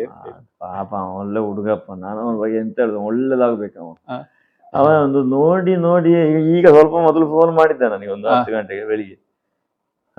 ಅಂದ್ರೆ ಅಷ್ಟು ಹಚ್ಚಿಕೊಂಡಿದ್ದಾನೆ ಅವನಿಗೆ ನಾನು ಬಂಗಾರದಾಗಿರೋ ಗುಣದ ಒಳ್ಳೆದ. ನಿಮ್ಮ ಒಡನಾಟ ಹೇಗೆ 4ನೇ ಮೇಳದಲ್ಲಿ? ಅಲ್ಲ, ಅವ ಮೊದಲಿಂದಲೂ ನನ್ನ ವೇಷ ನೋಡ್ತಾನೆ. ಅವನ 4 ನಾನು 1ರಲ್ಲಿದ್ದೆ. ನಾನು ನಾಟಕ ಹೋಗ್ತಿದ್ದೆ. ನಾನೊಂದು ದಿವಸ ಅವನನ್ನು ಬೈದಿದ್ದೇನಂತೆ, ಅದನ್ನ ಪಾಪ ಎಲ್ಲ ಹೇಳ್ತಾನೆ ತುಂಬ ಕಡೆಯಲ್ಲಿ. ಅಲ್ಲ, ನಾನು ಬೈದ ಉದ್ದೇಶ ಬೇರೆ, ಅದ ಕಾರಣ ಅವನಿಗೆ ಅದು ಮತ್ತೆ ಮನದಟ್ಟಾಗಿದೆ. ನಿಮಗೆ ಗೊತ್ತುಂಟೆ ನನಗತ್ತೆ? ಇಲ್ಲ, ಅದು ರಂಗಸ್ಥಳದಲ್ಲಿ ವಸ್ತ್ರಾಪಹಾರ ಪ್ರಸಂಗ ಹಾಕಿತ್ತು. ನಾನು ಆಟ ನೋಡ್ತೇನೆ. ನಾನು ಕುಬ್ಬಣ್ಣೂರು ಭಾಗವತರ ಪದ್ಯ ಅಲ್ಲ, ನಾನು 1ರಲ್ಲಿದ್ದೇನೆ, ಅವರ ಪದ್ಯ ಅಲ್ಲ. ಹಾಗೆ ಕೇಳ್ತಾ ಕೂತಿದ್ದೇನೆ ಸಭೆಯಲ್ಲಿ. ಅವಾಗ ದುಶ್ಯಾಸನ ಪಾಂಡವರ ಪಕ್ಷದಲ್ಲಿ ಇದ್ದಾನೆ, ಪಕ್ಕಡಿ ವೇಷ ಕಟ್ಟಿ. ದುಶ್ಯಾಸನ ಮಾಡುವ ಬಿದ್ದ, ನೀರು ಬೇಕು ಅಂತ ಹೇಳಿದ. ಇವ ಒಳಗೋಗಿ ಚೆಂಬಿನಲ್ಲಿ ನೀರು. ನಾನು ಭಾಗವತರ ಹತ್ರ ಹೋಗಿ ಮತ್ತೆ ಮುಗ್ದ ಮೇಲೆ ಕೇಳಿದೆ, ಅವ ಯಾರೋ ತಲೆಗೆ ಅವನು ಸಹದೇವ ಮಾಡಿದ. ಅವ ರಂಗಸ್ಥಳದಲ್ಲಿ ಅವನಿಗೆ ಸಹದೇವ ಪಾಂಡವರ ಪಕ್ಷದವ ಅಂತ ಸಹ ಗೊತ್ತಿಲ್ವ. ಅವನು ದುಶ್ಯಾಸನಿಗೆ ನೀರು ಕೊಡ್ತಾನೆ ತಲೆ ಅದು ಅವನಿಗೆ ಮತ್ತೆ ಗೊತ್ತಾಯ್ತದೆ. ನನಗೆ ತುಂಬಾ ನೋವಾಯ್ತು ಮಾತ್ರ ಅವ ಇತ್ತೀಚೆಗೆ ಅದನ್ನು ಹೇಳುವಾಗ, ಈ ರಾಣಿ ನಿರ್ತಾರೆ ಅಣ್ಣರೇ ಅಂತ ಹೇಳುವಾಗ, ಅಯ್ಯೋ ಮಾರೆ ಇಲ್ಲ ಹಾಗೆ ಅದು ಅವ ತುಂಬಾ ಪ್ರೀತಿಸ್ತಾನಪ್ಪ. ಅವನನ್ನ 60ನೇ ಸಂಭ್ರಮಕ್ಕೊಂದು ದುಡ್ದಿದ್ದಾನೆ ಎಷ್ಟಂತಿಲ್ಲ ಹುಡುಗ. ಅಯ್ಯೋ ಅವರು ಎಲ್ಲ ಅನುಕರಣೆ ಅಂತ ಹೇಳಿದೆ. ನೀವು ಆ ಹಿರಣ್ಯಾಕ್ಷಗೆ ಒಂದು ಕಾಲನ್ನ ಎತ್ತಿ ಹೋಗುವಂತದ್ದು, ನೀವು ಭುಜವನ್ನ ಅಲಗಿಸಿ ಹೋಗುವಂತ ಕ್ರಮ, ಇದೆಲ್ಲವನ್ನು ದಿಟ್ಟು ಹಾಗೆ ಫಾಲೋ ಅಪ್ ಮಾಡ್ತಾರೆ ಅಂತ ಹೇಳಿ. ಅಲ್ಲ ಅವನತ್ರ ಸ್ವಂತಿಗೆ ಉಂಟಪ್ಪ, ಇಲ್ಲ ಅಂತಲ್ಲ. ಅವ ಒಂದು ಎಂದು ನನ್ನನ್ನು ನೋಡಿಯೇ ಕಲ್ತದ್ದು. ಅದು ನಿಮ್ಮದೇ ಛಾಯೆ ಅವರಲ್ಲಿ ಭಯಂಕರ ಒಂದು ಪ್ರೀತಿ ಅವನಿಗೆ. ಒಳ್ಳೇದಾಗ್ಬೇಕವ. ಬೇರೆ ಕಲಾವಿದರು ಕೂಡ ಇದ್ದಾರೆ ನಿಮ್ಮನ್ನೇ ಫಾಲೋ ಅಪ್ ಮಾಡ್ಬೋದು. ಸಾದಿ ಇವರು ನಾನು ತುಂಬಾ ಜನ ಬಂದು ಕೇಳಿ ಹೋಗುವವರೆಲ್ಲ ತುಂಬಾ ಜನ ಇದ್ದಾರೆ, ಇಲ್ಲ ಅಂತ ಹೇಳುದಿಲ್ಲ ನಾನು. ಗಣೇಶನ ಬಗ್ಗೆ ಒಂದು ಒಲವು ಪ್ರೀತಿ ಜಾಸ್ತಿ ನನಗೆ. ಮನೆಯವರೆಲ್ಲರೂ ಹಾಗೆ ಪರಮ ಸಾತ್ವಿಕರು. ಅವನ ಅಮ್ಮ ಆಗಲಿ, ಅವನ ಅಣ್ಣ ಆಗ್ಲಿ, ತಮ್ಮ ಆಗ್ಲಿ, ಎಲ್ಲ ತುಂಬಾ ಸಾತ್ವಿಕ ಗುಣದವರು ಅವರು. ಹಾಗೆ ಒಂದು ಹಿಡಿಸಿ ಹೋಗಿದೆ ನನಗೆ. ಒಳ್ಳೇದಾಗ್ಬೇಕು. ಅಧ್ಯಯನ ಉಂಟು, ಅಧ್ಯಯನ ಇಲ್ಲ ಅಂತ ಹೇಳುದಿಲ್ಲ, ಅವನಿಗೆ ತುಂಬಾ ಅಧ್ಯಯನ ಉಂಟು. ಅವರು ಕೂಡ ಈಗ ರಕ್ತ ಬೀಜನ ಪಾತ್ರವನ್ನು ನಿರ್ವಹಿಸ್ತಾ ಒಂದು ಪದ್ಯಕ್ಕೆ ಎಂತದೋ ಕೇಳಿದ ಅವಾಗ, ಅದಕ್ಕೆ ನೋಡಿ ಹೇಳಿದಲ್ಲ, ಹೇಳುದು ಅದೆಲ್ಲ ಕೇಳಿಕೊಳ್ತಾನೆ. ಎಲ್ಲ ಅಷ್ಟಾದ್ರೂ ಮಾಡೋರು ಇಲ್ಲ ಅಲ್ಲ ಈಗ. ನಾವು ಕಾರ್ಯಕ್ರಮದ ಕಡೆಯ ಹಂತಕ್ಕೆ ಬರ್ತಾ ಇದ್ದೇವೆ. ಹೊಳ್ಳೂರು ಯಕ್ಷಗಾನ ಕ್ಷೇತ್ರದಲ್ಲಿ ಮೆಚ್ಚಿಕೊಂಡಂತಹ ಹಿಮ್ಮೇಳ ಮುಮ್ಮೇಳದ ಕಲಾವಿದರ ಒಂದಷ್ಟು ಹೆಸರನ್ನೇ ಹೇಳುದಿದ್ರೆ? ನಾನು ಈಗ ಪೂರ್ವ ಸೂರಿಗಳು ಅಂತ ಹೇಳುದು, ಎಷ್ಟೋ ಜನ ಕಲಾವಿದರ ಹೆಸರು ಹೇಳ್ಬೇಕಾಗ್ತದೆ. ಅದೆಲ್ಲ ಪಟ್ಟಿ ಮಾಡಿದ್ರೆ ತುಂಬಾ ಉಂಟು, ಬೆಳೀತದೆ. ನಾನು ತೊಡಗುದೆ ಮೊದ್ಲೆಗಾರರ ಹೆಸರು ಹೇಳಿದ್ರೆ ಫಸ್ಟಿಗೆ ನೆನಪಾಗುದೆ ನಿಡ್ಲೆ ನರಸಿಂಹಜ್ಜನನ್ನು ನನಗೆ. ಪ್ರಾತಸ್ಮರಣೀಯರು ನನಗೆ ಅವರು. ಆಮೇಲೆ ಅಂಥದ್ದೇ ಒಂದು ಜಾಗ ತುಂಬಿದವರು ಅವರ ಶಿಷ್ಯ ಪೆರುವಾಯ ನಾರಾಯಣ ಭಟ್ರು ಮೊದ್ಲೆಗಾರರು. ಇನ್ನು ವೆಂಕಟ ಮೊದ್ಲೆಗಾರರು, ಕಾಸರಗೋಡು ವೆಂಕಟ ಮೊದ್ಲೆಗಾರರು, ಅದ್ಭುತ ಮೊದ್ಲೆಗಾರರು ಅವರು. ಆಮೇಲೆ ಈಗ ಇತ್ತೀಚೆಗೆ ಮತ್ತೆ ತುಂಬಾ ಪ್ರೀತಿಸಿದ್ದು ಅಂತ ಹೇಳಿದ್ರೆ ನಾನು ಮೋಹನ್ ಶೆಟ್ಟಿಗಾರರು. ಓ, 4ನೇ ಮೇಳದಲ್ಲಿ ಗುಣಾಢ್ಯ ಅಂತ ಅಂದ್ರೆ ಒಬ್ಬ ಅದ್ಭುತ ಗುಣಾಢ್ಯ. ಪಾಪ ಅಂದ್ರೆ ಪಶು. ಒಳ್ಳೆ ಮೊದ್ಲೆಗಾರ ಅವರು.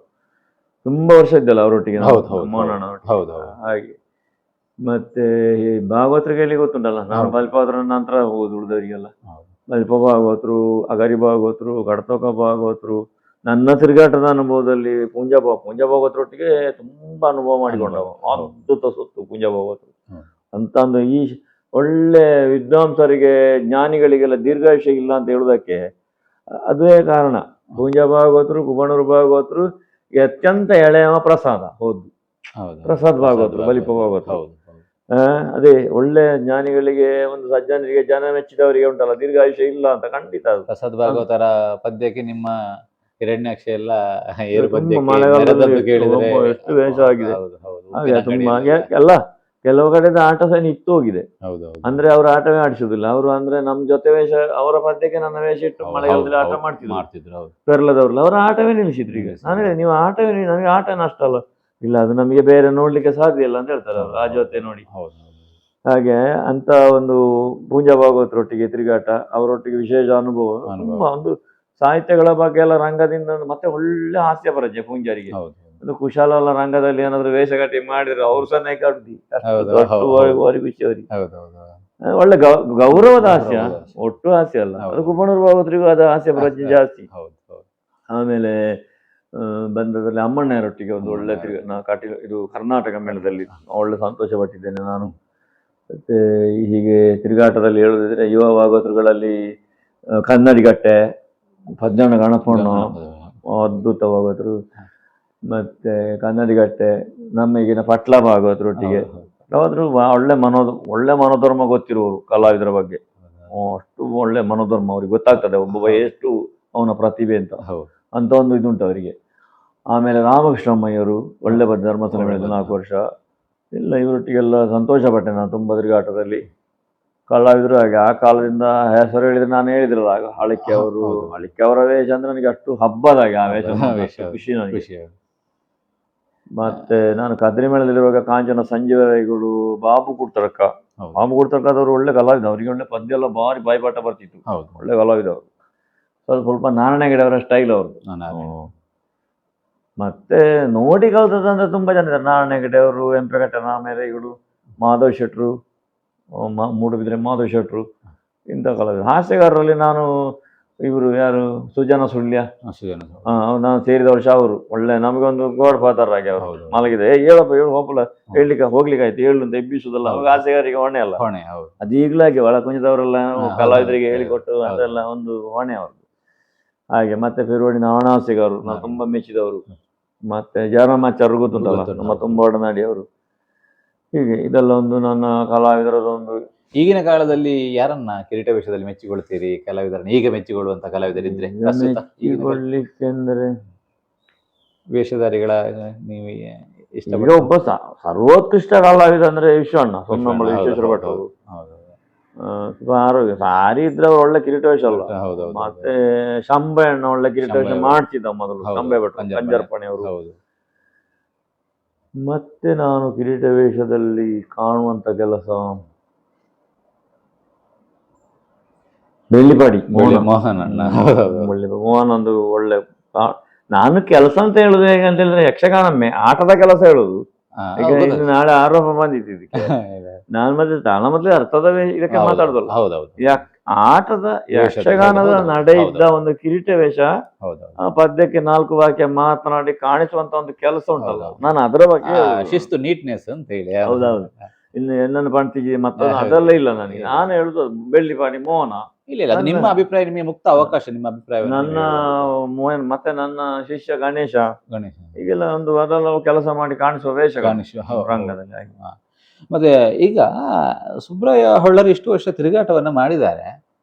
ಸುಬ್ರಾಯರಿಗೆ ಬಹಳಷ್ಟು ಬೇಸರ ಕೊಟ್ಟಂತಹ ಒಂದು ಸಂಗತಿ ಯಾವುದು ಅಂತ ಹೇಳ್ಬಹುದಾ? ಯಕ್ಷಗಾನ ಕ್ಷೇತ್ರವಾಗ್ಬೋದು, ವೈಯಕ್ತಿಕ ಬದುಕಿನ ವಿಚಾರವಾಗ್ಬೋದು, ಈ ವಿಚಾರ ನನ್ನ ಮನಸ್ಸಿಗೆ ಬಹಳ ನೋವುಂಟು ಮಾಡಿದ ಘಟನೆ ಅಂತ ಹೇಳುದಿದ್ರೆ, ನೆನಪಿಸಿಕೊಳ್ಳುದಿದ್ರೆ ಆ ಘಟನೆಯನ್ನ ಹೇಳಬಹುದು ಅಂತ ಹೇಳಿ. ಬೇಸರ ಅದು ಅಂತ ಇಲ್ಲ. ಬೇಸರ ಆಟದಲ್ಲಿ ನಿತ್ಯ ಬೇಸರ, ನಿತ್ಯ ಸಂತೋಷ ಅಲ್ವ. ಹಾಗಾಗಿ ಒಂದು ಬೇಸರ ಅಂತ ಹೇಳಲಿಕ್ಕಿಲ್ಲ. ಅದೆಲ್ಲ ನಿಮ್ಮ ವೇದಿಕೆ ಮುಂದೆ ಹೇಳುವಂತದ್ದು ಸುಮಾರು ಉಂಟು ವಿಷಯ. ನಮ್ಗೆ ನೋವು ಕೊಟ್ಟವರು ಇದ್ದಾರೆ, ಈಗಲೂ ಕೊಡ್ತಲೂ ಇದ್ದಾರೆ, ನಿತ್ಯ ಕೀಟ್ಲೆ ಕೊಡೋರು ಇದ್ದಾರೆ. ನಾವು ಅದನ್ನೆಲ್ಲ ಉತ್ತರಿಸಿ ಹೋಗುದು ಆಚೆಗೆ. ನಮ್ಮದು ಲಕ್ಷ್ಯ ಒಂದೇ, ನಮ್ದು ಯಾವ್ದು ಲಕ್ಷ್ಯ ಯಕ್ಷಕಲಾ ಮಾತೆ ಮಾತ್ರ. ನಾವು ಅವಳಿಗೆ ಕೈ ಮುಗಿದು ಹೋಗುದು, ಅವಳು ನೋಡಿಕೊಳ್ತಾಳೆ. ಹಾಗೆ ಮತ್ತೆ ಬೇಸರದ ವಿಷಯ ಎಲ್ಲವನ್ನು ನನಗೆ ಮುಕ್ತವಾಗಿ ಒಂದು ವೇದಿಕೆಯಲ್ಲಿ ಹೇಳಲಿಕ್ಕೆ ಆಗುದು, ಗೊತ್ತುಂಟು. ಬಹಳಷ್ಟು ಸಂತೋಷ ಪಟ್ಟಂತಹ ಒಂದು ವಿಚಾರ ಹೇಳುದಿದೆ, ನನಗೆ ಬಹಳ ಖುಷಿ ಕೊಟ್ಟ ಒಂದು ವಿಚಾರ. ಸಂತೋಷ ಅಂದ್ರೆ ನಾನು ಬೆಹ್ರೈನಿಗೆ ಹೋಗಿ ಬಂದ ಮೇಲೆ ನಾನು ಸಿಕ್ಕಿದ ಉಡುಗೊರೆಯನ್ನೆಲ್ಲ ಕೊಂಡೋಗಿ ನನ್ನ ತಂದೆಯವರ ಕಾಲಿನ ಬುಡದಲ್ಲಿ ಇಟ್ಟೆ. ಅವರಿಗೆ ಕಣ್ಣೀರು ಬಂತು 4 ಬಿಂದು ಅವಾಗ, ಸಂತೋಷ ಆಗಿ. ಅಂದ್ರೆ ಒಂದು ಕಾಲದಲ್ಲಿ ಇವನನ್ನು ನಾಟಕ ಹೋಗಬೇಡ ಅಂತ ಹೇಳಿದ್ದು ನಾನು ಮೇಳಕ್ಕೆ. ಇವು ಹೋಗಿ ಈಗ ವಿಮಾನಯಾನ ಮಾಡಿ ಹೋಗಿ ಆಚೆ ಬದಿಗೆ ಹೋಗಿ ಬಂದಲ್ಲ ಅಂತ ಒಂದು ಬಹಳ ಸಂತೋಷ ಪಟ್ರು ತಂದೆ. ನನಗೆ ಅವತ್ತು ಆನಂದ ಆಯ್ತು. ಹಾಗೆ ಅಂತ ಆನಂದಗಳು ತುಂಬಾ ಉಂಟು. ಮತ್ತೆ ನನಗೆ ಜನರು ಗಿನ್ಮಾನ ಮಾಡುವ ಆನಂದಕ್ಕಿಂತ ಹೆಚ್ಚಿಗೆ ಪಾತ್ರಗಳಲ್ಲಿ ಆನಂದ. ಒಂದು ಪಾತ್ರ ಮಾಡಿ ಬಂದ ಒಳ್ಳೆ ಉಂಟಲ್ಲ, ಈಗ ಅಂತ ಪಾತ್ರಗಳು ಸಿಕ್ಕುವುದೂ ಇಲ್ಲ. ಈಗ ಒಂದು ಧ್ರುವನ, ಒಂದು ಸೌದಾಸನ, ಮತ್ತೊಂದು ಕೃಷ್ಣಾರ್ಜುನದ ಅರ್ಜುನನ, ಸೈಂಧವದ ಅರ್ಜುನ, ಅದೆಲ್ಲ ನಾನು ಭಯಂಕರ ನೆಚ್ಚಿದ ಪಾತ್ರಗಳು. ಅದರಲ್ಲೆಲ್ಲ ನನಗೆ ಭಯಂಕರ ಖುಷಿ. ಕರುಣರಸ ಆಗಿ ಬಂದು, ಕರುಣರಸ ನಂತರ ವೀರರಸ ಬರ್ತದಲ್ಲ, ಅಂದ್ರು ಅಂಥದ್ರಲ್ಲಿ ನನ್ನ ಭಯಂಕರ ಪ್ರೀತಿ ನನಗೆ. ಈಗ ಕೂಡುದು ಮಾಡ್ಲಿಕ್ಕೆ, ಈಗ ನನಗೆ ಆ ಟೇಕ್ ತೆಗಿಲಿಕ್ಕೆ ಸಾಧ್ಯ ಇಲ್ಲ. ಆ ಪಟ್ಟಿ ಉಂಟಲ್ಲ, ಅದು ಭಯಂಕರ ಖುಷಿ ಅಲ್ವಾ. ಅದೊಂದು ಈ ಒಂದು ಸಾತ್ವಿಕರ ಕೋಪ ಉಂಟಲ್ಲ, ಅದು ಲೋಕ ಸುಡುವಂತ ಕೋಪ, ಅದು ಧ್ರುವನ ಕೋಪ. ಆಮೇಲೆ ಉತ್ತಮ ಸತ್ತ ಅಂತ ಹೇಳುವ ದುಃಖಿಸಿ, ಒಂದು ಸುರುಚಿ ಹತ್ರ ಒಂದು ಧೈರ್ಯ ಹೇಳಿಕ್ಕೆ 2 ಪದ್ಯ ಉಂಟು. ಅದೆಲ್ಲ ನಿಜವಾದ ಒಂದು ಅವನ ಎಂತದ್ದು ತೋರಿಸುವಂಥದ್ದು, ಅವನ ಪ್ರತಿಭೆಯನ್ನು ತೋರಿಸಲಿಕ್ಕಿರುವಂಥದ್ದು. ಹಾಗೆ ಅದೆಲ್ಲ ತುಂಬಾ ಆನಂದ ಆಗಿದೆ. ಅದೆಲ್ಲ ಮಾಡ್ಲಿಕ್ಕೆ ಆಯ್ತಲ್ಲ ಆ ಕಾಲಕ್ಕೆ ಅಂತ. ಸುಬ್ರಾಯ ಹೊಳ್ಳರಿಗೆ ನಿಮಗೆ ಗೊತ್ತಿಲ್ಲದೆ ನಿಮ್ಮ ಮೇಲೆ ಆಗಿರುವಂತಹ ಒಂದು ಅಪಪ್ರಚಾರ ಯಾವುದು? ಆ ವಿಚಾರದ ನಿಮಗೂ ಅದಕ್ಕೂ ಸಂಬಂಧವಿಲ್ಲ, ಆದ್ರೆ ಇದು ಅಪಪ್ರಚಾರ ಆಗಿದೆ ಅಂತ ಹೇಳಿದ್ರೆ ಯಾವ್ದನ್ನ ಹೇಳ್ತೀವಿ? ಅಪಪ್ರಚಾರವಾಗಿರ್ಬಹುದು, ನಿಮ್ಮನ್ನು ನಿಂದಿಸಿ ಇರಬಹುದು, ಯಾವ್ದು ಆಗ್ಬಹುದು, ನಿಮಗೆ ಗೊತ್ತಿಲ್ಲ. ನನಗೆ ಎಲ್ಲ ಗೊತ್ತಿರೋದು ಉಂಟು. ನನಗೆ ಯಾವ್ದಾದ್ರು ಒಂದು ನಾನೊಂದು ಮೇಳ ಬಿಟ್ಟ ಕೂಡಲೇ ನನಗೆ ಒಬ್ಬ ವಾಟ್ಸಪ್ ನಲ್ಲಿ ಯಾರೊಬ್ರು ಹಾಕಿದ್ರು, ಆ ಮೇಳದ ದುಡ್ಡನ್ನು ನುಂಗಿ ಬಂದ ಹೊಳ್ಳ, ದುಡ್ಡಿನ ಆಸೆಯಿಂದ ಬಂದು ಓಡಿ ಬಂದ ಹೊಳ್ಳ ಅಂತೆಲ್ಲ ಹಾಕಿದ್ರು. ನನಗೆ ಅವಾಗ ಕೇಳಿದೆ ನಾನು ನನ್ನ ಆತ್ಮೀಯರ ಹತ್ರ, ಬೇಡ ನೀನು ಮಾತಾಡ್ಬೇಡ ಅಂತ ಹೇಳಿದ್ರು. ನನಗೆ ತುಂಬಾ ನನ್ನ ಹಿತೈಷಿಗಳಿದ್ದಾರಲ್ಲ, ಬೇಡ ನೀನು ಮಾತಾಡ್ಬೇಡ ಅಂತ. ನನಗೆ ಸತ್ಯ ಗೊತ್ತಿಲ್ಲ, ನಾನು ಒಂದು ದುಡ್ಡು ತಿನ್ಲಿಲ್ಲ, ಅಂದ್ರೆ ಮತ್ತೆ ನಾನು ಎಂತ ಅದು ಒಂದು ಸಹ ಬರ್ಲಿಲ್ಲ. ನನಗೆ ಲೆಕ್ಕಾಚಾರ ಕ್ಲೀನ್ ಆಗಿ ನಾನು ಅಲ್ಲಿ ಅವ್ರ ಹತ್ರ ಕೇಳಿದ ಮೇಲೆ ಹೇಳಿದ್ದೇನೆ. ಅವಾಗ ಇನ್ನು ಕ್ಲೀನ್ ಆಗ್ತಾನೆ, ದಾಳ ತೊಂದರೆ ಕ್ಲೀನ್ ಅಂತ ಹೇಳಿದ ಮೇಲಲ್ಲ ನಾವು ಅದು ನೀವು ಹೇಳಿದ್ದೀಗ ಉದ್ದೇಶಿಸಿದ್ದು. ಅಲ್ಲ ಅದು ಅಂತಲ್ಲ, ಯಾವುದು ಆದೀತು ನಿಮಗೆ ಗೊತ್ತಿಲ್ಲ. ಇಂಥದ್ದು ಸಾವಿರ ಉಂಟು ಇದೆಲ್ಲ. ಇದನ್ನ ಹೇಗೆ ಚಾಲೆಂಜಿಂಗ್ ಆಗಿ ಸ್ವೀಕರಿಸುವಂತ? ಅದು ಬಟ್ಟೊಟ್ಟಿಗೆ ತುಂಬಾ ನೋವು ಆಗ್ತಿತ್ತು.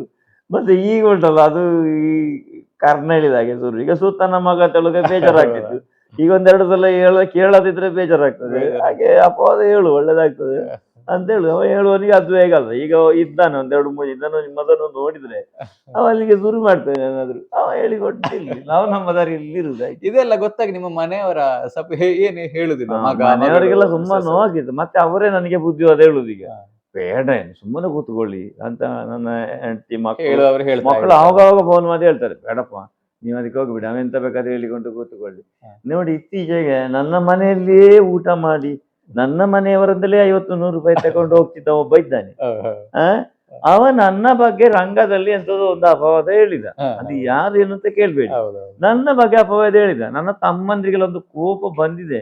ನಮ್ಮ ಮನೆಗೆ ಬಂದು ನಮ್ಮಲ್ಲಿ ಚಿಂಡಿ ಕಾಪಿ ಮಾಡಿ ಊಟ ಮಾಡಿ ಪುನಃ ನಮ್ಮಲ್ಲಿ 100 ರೂಪಾಯಿ ತಕೊಂಡು ಹೋಗಿ ನಾನು ಮೇಳದಲ್ಲಿರುವಾಗ ನಾನು ಅವನು ಕೇಳಿದಕ್ಕೆ ಅವನ ಪಾತ್ರಕ್ಕೆ ಹೇಳಿ ಕೊಡ್ತಿದ್ದೆ. ಅಣ್ಣರೆ ಒಂದೆಂಚ ನಾನು ಅವನಿಗೆ ಅಷ್ಟು ಹೇಳಿ ಕೊಡ್ತಿದ್ದೆ, ಹೇಳಿಕೊಟ್ಟು. ಮತ್ತೆ ನನಗೆ ವೀಳ್ಯದ ಪೆಟ್ಟಿಗೆ ಉಂಟಲ್ಲ ನಿತ್ಯ ಖಾಲಿ ಅವನೇ ತಿಂತಿದ್ದದು. ಇಷ್ಟೆಲ್ಲ ಮಾಡಿ ಇವ ಬೇರೆ ಮೇಳಕ್ಕೆ ಹೋದ ಕೂಡಲೇ ಅಲ್ಲಿ ರಂಗದಲ್ಲಿ ಎಂತದ್ದು ಹೇಳ್ತಾನೆ, ಅವನದ್ದು ಬೇಡ ನನಗೆ ಒಂದು ಅಪಶಬ್ದ ಎಲ್ಲ ಹೇಳಿದನಂತೆ. ನನಗೆ ಸತೀಶಣ್ಣ ಮೇಳದವರೆಲ್ಲರೂ ಹೇಳಿದ್ರು, ಈಗ ಮನೆಗೆ ಪುನಃ ಬರ್ಚಣ್ಣರೆ ಮತ್ತೊಂದು ಕುಳ್ಳಾಡು ಅಂತ ಹೇಳಿದ್ರು. ಮತ್ತೆ ಅಲ್ಲಿ ಯಜಮಾನರುಗಳು ಮ್ಯಾನೇಜ್ಮೆಂಟ್ ನವರೇನೋ ಹೇಳಿದ್ರಂತಲ್ಲ, ಅದು ಅಗತ್ಯ ಇಲ್ಲ ಅಂತ. ಅವಾಗ ನಾನೆಂತ ಹೇಳುದಂದ್ರೆ, ಕಳ್ಳ ಮತ್ತೆ ಇದ್ದಾಳಲ್ಲ ಅವಳು ನೋಡಿ ನೀವು ಅದನ್ನು ಪುನಃ ನನ್ನ ಹತ್ರ ಇಂಥದ್ದು ಕೇಳಿದ್ರೆ ಇಂಥದ್ದು ಸುಮಾರು ವಿಷಯ ಬರ್ತದೆ. ಅದಕ್ಕೆ ಕೇಳುವವರು ನಾನು ಏನು ಪ್ರತಿಫಲದ ಅಪೇಕ್ಷೆಯಲ್ಲಿ ಇಲ್ಲ ಸತೀಶ, ಇಲ್ಲ. ನಾವು ಈಗ ಮೇಳದಲ್ಲಿ ಕೂಡ ನಾನು ಮಾಡುದು, ನನಗೆ ದೇವರು ತಂದದೇ. ನನಗೆ ನಾನು ಅತ್ಯಂತ ಪ್ರೀತಿ ಮಾಡಿದ ಒಂದು ರಂಗ ಇದೆ ಯಕ್ಷಗಾನ ಅಂದ್ರೆ. ಬಾಲ್ಯದಾರಭ್ಯದಿಂದ ಪ್ರೀತಿಸಿದ್ದು ಈ ರಂಗ ಬೇಕು ನನಗೆ ಅಂತ. ಹಾಗೆ ಮತ್ತೆ ಇದ್ರಲ್ಲಿ ಅವರು ಎಂತ ಬೇಕು, ನಾವು ಮಾಡಿದ ದೂಷಣೆ ಮಾಡುವಂತಹ ವರ್ಗ ಇದ್ರೆ ನಿಮ್ಮನ್ನ ಪೂಜಿಸುವವರು ಬಹಳಷ್ಟಿದ್ದಾರೆ. ನನಗೆ ಪ್ರತಿಕ್ರಿಯೆ ಕೊಡ್ಲಿಕ್ಕೆ ಸಾಧ್ಯ ಆಗ್ಲಿಲ್ಲ. ಹೊಳ್ಳೆರ್ನ ಏಪ ಮಲ್ಪಾರ ಸಂದರ್ಶನ ಏಪ ಮಲ್ಪಾರ ಅಂತ ಹೇಳಿ, ಹಾಗಾಗಿ ನಾನು ನಿಮ್ಮದೊಂದು ಮಾಡ್ಬೇಕು ಅಂತ ಹೇಳಿ ಬಂದಿರುವಂತದ್ದು. ಆ ಕಾರ್ಯಕ್ರಮದ ಕಡೆಯದಾಗಿ ಅಪಾರ ಅನುಭವಿ 42 ವರ್ಷ ತಿರುಗಾಟ ಮಾಡುವಂತ ಹೊಳ್ಳರು ಈ ಯಕ್ಷಗಾನ ಕ್ಷೇತ್ರಕ್ಕೆ ಪಾದಾರ್ಪಣೆ ಮಾಡಬೇಕು ಅಂತ ಹೇಳಿ ಇರುವವರಿಗೂ, ಯಕ್ಷಗಾನ ಕ್ಷೇತ್ರದಲ್ಲಿ ಈಗ ಮುಂದುವರಿತಾ ಇರುವಂತವರಿಗೂ ಹಿರಿಯರಾಗಿ ಏನು ಕಿವಿ ಮಾತನ್ನ ಹೇಳ್ತೀರಿ? ಸಂತೋಷ. ಯಕ್ಷಗಾನ ಈ ಕಲೆ ಉಂಟಲ್ಲ, ವಿಪುಲವಾದಂತಹ ವಿಸ್ತಾರವಾದಂತಹ ಜ್ಞಾನ ಉಳ್ಳದು. ಈ ಕಲೆಯಲ್ಲಿ ನಾವು ತೊಡಗಿಸಿಕೊಂಡವರಿಗೂ ಆನಂದ, ನೋಡುವವರಿಗೂ ನಮಗೆ ಆನಂದ ಕೊಡ್ಲಿಕ್ಕೆ ಆಗ್ತದೆ. ನಾನು ಒಂದು ಕಾಲಕ್ಕೆ ಒಮ್ಮೆ ಉಡುಪಿ ಮೈಸೂರು ಕಡೆ ತಿರುಗಾಟಕ್ಕೆ ಹೋಗಿರುವಾಗ ಅಲ್ಲಿ ಒಂದು ಆಶ್ರಮದಲ್ಲಿ ವೇಷ ಮಾಡಿದ್ದೆ. ನನಗೆ ಆಶ್ರಮದ ಪರಿಸರ ಅಂದರೆ ಬಹಳ ಚಂದದ ಒಂದು ಜಾಗ, ಕಾವೇರಿ ನದಿ ತೀರ, ನಂಜನಗೂಡಿನ ಹತ್ತಿರ.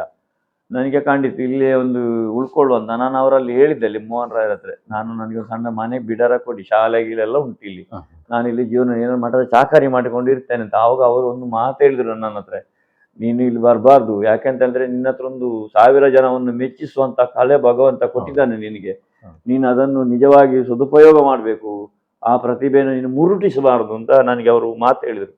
ಸರಿ ಅಂತ ಕಾಯ್ತು ನನಗೆ. ಹಾಗೆ ಯಾವನೇ ಆಸಕ್ತಿಯಿಂದ ಪ್ರೀತಿಯಿಂದ ಬನ್ನಿ.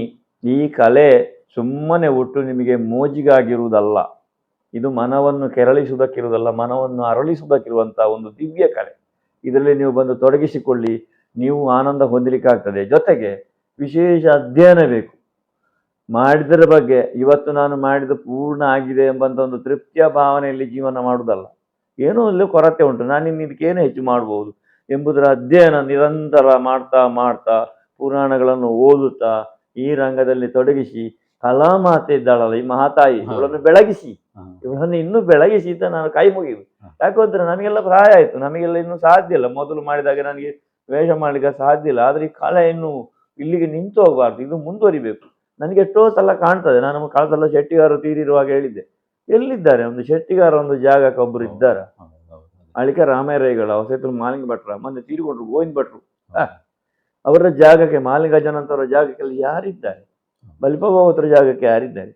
ಹಾಗಾಗಿ ನೀವು ತಯಾರಾಗಿ ಆ ಮಟ್ಟಕ್ಕೆ ಏರ್ಲಿಕ್ಕೆ ಆಗುವುದಿಲ್ಲ ಅಂತ ಅವರು ಸಾಧಿಸಿ ಈ ಮಹಾತಾಯಿಯನ್ನು ಉದ್ಧರಿಸಿ ಅವಳನ್ನು ಬೆಳಗಿಸಿ ಆ ಮಹಾತಾಯಿ ನಿತ್ಯ ಪೂಜೆ ಮಾಡಿ ಲೋಕ ಬೆಳಗಬೇಕಾದ, ಲೋಕಕ್ಕೆ ಜ್ಞಾನವನ್ನು ಕೊಡಬೇಕಾದಂಥ ಒಂದು ದಿವ್ಯ ಕಲೆ ಇದು. ಹಾಗಾಗಿ ಇದನ್ನು ಬೆಳಗಿಸಿದ ಎಲ್ರಿಗೂ ನಾನು ಸ್ವಾಗತ ಹೇಳೋದು. ಜೊತೆಗೆ ನನ್ನನ್ನು ಅತ್ಯಂತ ಪ್ರೀತಿಯಿಂದ ಇಷ್ಟರವರೆಗೆ ಕಲಾ ಜೀವನದಲ್ಲಿ ತೊಡಗಿಸಿಕೊಂಡ ನನ್ನ ಅಭಿಮಾನಿಗಳಾಗಿ, ನನ್ನ ಕುರಿತಾಗಿ ಪ್ರೀತಿ ಆತ್ಮೀಯತೆ ಇದ್ದು ನನ್ನನ್ನು ಪ್ರೋತ್ಸಾಹಿಸಿದಂತಹ ಸಕಲ ಅಭಿಮಾನಿ ಬಳಗ ಅಂತ ಹೇಳುವಷ್ಟು ದೊಡ್ಡಸ್ತಿಗೆ ಉಂಟು ಗೊತ್ತಿಲ್ಲ, ಅಭಿಮಾನಿ ದೇವರುಗಳು ಎಲ್ರಿಗೂ ನನ್ನ ಹೃದಯ ತುಂಬಿದ ನಮಸ್ಕಾರ. ಪೂರ್ವ ಸೂರಿಗಳಿಗೆ ನಾನು ಈ ಕಲೆಯಲ್ಲಿ ತೊಡಗಿಸಿಕೊಳ್ಬೇಕು ಅಂತಾದರೆ ಬಹಳಷ್ಟು ಮಂದಿ ಪ್ರೇರಣೆ ಸ್ಫೂರ್ತಿ ಕೊಟ್ಟಂತ ಬಹಳ ಮಂದಿ ಹಿರಿಯ ಕಲಾವಿದರಿದ್ದಾರೆ. ಆ ಇಡೀ ನನ್ನ ಗುರು ಪರಂಪರೆಗೆ ಹೃದಯ ತುಂಬಿ ನಾನು ಇಲ್ಲಿಂದಲೇ ಪ್ರಣಾಮ ಸಮರ್ಪಿಸ್ತೇನೆ. ಹೀಗೆ ಮಾತನಾಡಲಿಕ್ಕೆ ಒಂದು ವೇದಿಕೆ ನಿರ್ಮಾಣ ಮಾಡಿಕೊಟ್ಟವರು ಶ್ರೀಯುತ ನನ್ನ ಆತ್ಮೀಯರಾದಂತಹ ಸತೀಶ್ ಸಾಲ್ಯಾನ್ರು. ಅವರು ಫೋನ್ನಲ್ಲಿ ಮಾತನಾಡಿದರು. ನೋಡುವ ಈ ಪುಣ್ಯಾತ್ಮನನ್ನು ನಾನು ಮೊದಲೇ ಮಾತನಾಡಿಸಿದ್ದೆ ಕೆಟ್ಟದ. ಹಾಗೆ ಅವರು ನನ್ನ ಮನೆಗೆ ಬಂದು ಈ ಕಾರ್ಯಕ್ರಮವನ್ನು ಇಷ್ಟು ಚಂದದಲ್ಲಿ ಸುಲಲಿತವಾಗುವ ಹಾಗೆ ನಡೆಯುವುದಕ್ಕೆ ಅವಕಾಶ ಮಾಡಿಕೊಟ್ಟದ್ದಕ್ಕೆ ಎಲ್ಲರಲ್ಲಿ ಮಾತನಾಡಿದಲ್ಲ ನಾನೀಗ ನಿಮ್ಮ ಹತ್ರ ಎಲ್ಲ. ಎಷ್ಟು ಸಾವಿರ ಜನ ನೋಡ್ತೀರಿ ಗೊತ್ತಿಲ್ಲ, ಇಷ್ಟು ಜನ ಹತ್ರ ನನಗೆ ಮಾತಾಡ್ಲಿಕ್ಕೆ ಒಂದು ಅವಕಾಶ ಮಾಡಿಕೊಟ್ಟದಕ್ಕೆ ಇವರಿಗೆ ನಾನೊಂದು ಕೃತಜ್ಞತೆ ಹೇಳ್ಬೇಕಲ್ಲ. ಹೃದಯ ತುಂಬಿ ಅವರಿಗೂ ನನ್ನ ಕೃತಜ್ಞತೆ, ಧನ್ಯವಾದಗಳು ಗುರುಗಳೇ. ಅಂತಿಮವಾಗಿ ನೀವು ಯಕ್ಷ ಕಿರೀಟಿ ಅಂತ ಹೇಳಿ ಬಿರುದಾಂಕಿತವನ್ನ ಹೊಂದಿದವರು, ಕಿರೀಟ ವೇಷದಲ್ಲಿ ತೊಡಗಿಸಿಕೊಳ್ಳುವಂತಹ ಯಕ್ಷಗಾನ ಕ್ಷೇತ್ರದ ಕಲಾವಿದರಿಗೆ ನೀವೊಂದು ಕಿವಿ ಮಾತನ್ನ ಹೇಳಬೇಕು. ಸ್ಟೆಮಿನವನ್ನ ಉಳಿಸಿಕೊಳ್ಳುವುದು ಹೇಗೆ ಅಂತ ಹೇಳಿ. ಅದೊಂದು ಎಲ್ಲ ನಾನೀಗ ಕೇಳಿದ್ರೆ ತಪ್ಪಾಗ್ತದೆ. ಹೊಳ್ಳರಲ್ಲಿ 62ನೇ ವಯಸ್ಸಿಗೆ ಈ ವರ್ಷದಲ್ಲಿಯೂ ಹೊಳ್ಳರಲ್ಲಿರುವಂತಹ ಸ್ಟೆಮಿನ ನಮಗೆ ಒಂದು ಪದ್ಯದಲ್ಲಿ ಹೋಗ್ತದೆ, ಬರುವುದಿಲ್ಲ ಅಂತ ಹೇಳ್ತಾರೆ. ಸೊ ಅದಕ್ಕೆ ಏನದೊಂದು ಕಿವಿ ಮಾತನ್ನ ಹೇಳಿ ಅಂತ ಹೇಳಿ. ಸ್ಟೆಮಿನಾ ಅಂತ ಹೇಳಿದ್ರೆ ನನಗೂ ಹೋಗ್ತದೆ. ಈಗ ನಾನು ತೋರಿಸುದಿಲ್ಲ ಕಷ್ಟ, ನಮ್ಮ ಒಳಗಿನ ಕಷ್ಟ ನನಗೆ ಗೊತ್ತು, ಆದ್ರೆ ನಾನು ತೋರಿಸುದಿಲ್ಲ. ಆದ್ರೆ ಸ್ಟೆಮಿನಾ ಉಳಿಸಿಕೊಳ್ಳುವುದು ಹೇಗಂದ್ರೆ ಅದು ನೀವೇ ಉಳಿಸಿಕೊಳ್ಬೇಕಷ್ಟೆ. ಯಾಕಂದ್ರೆ ನನಗೆ ವಯಸ್ಸಾಗುವಾಗ ಬೆಳಿಗ್ಗೆ ಸ್ವಲ್ಪ ಹೊತ್ತು ಪ್ರಾಣಾಯಾಮ, ಸಣ್ಣ ಯೋಗಾಸನ ಎಲ್ಲ ಮಾಡ್ತೇನೆ. ಶ್ವಾಸವನ್ನು ಹಿಡಿದಿಟ್ಟುಕೊಂಡು ಬಿಡುವಂಥದ್ದು ಸ್ವಲ್ಪ ಹೊತ್ತು, ಅದೆಲ್ಲ ತುಂಬಾ ಒಂದು ನಮ್ಮ ಇದಕ್ಕೆ ಪ್ರೇರಣೆ ಕೊಡ್ತದೆ, ಸಾಧ್ಯ ಆಗ್ತದೆ, ಆ ಉತ್ಸಾಹ ಬರ್ತದೆ. ಈಗ ನಿಮಗೆ ಪದ್ಯ ಉಂಟು ಅಂತಂದ್ರೆ 5 ಪದ್ಯ ಉಂಟು ಅಂತಾರೆ, 5 ಪದ್ಯ ಕೊಟ್ಟು ಸುರಿಂದಕ್ಕೆ ಹರಿದು ಬಿಡುವುದಲ್ಲ.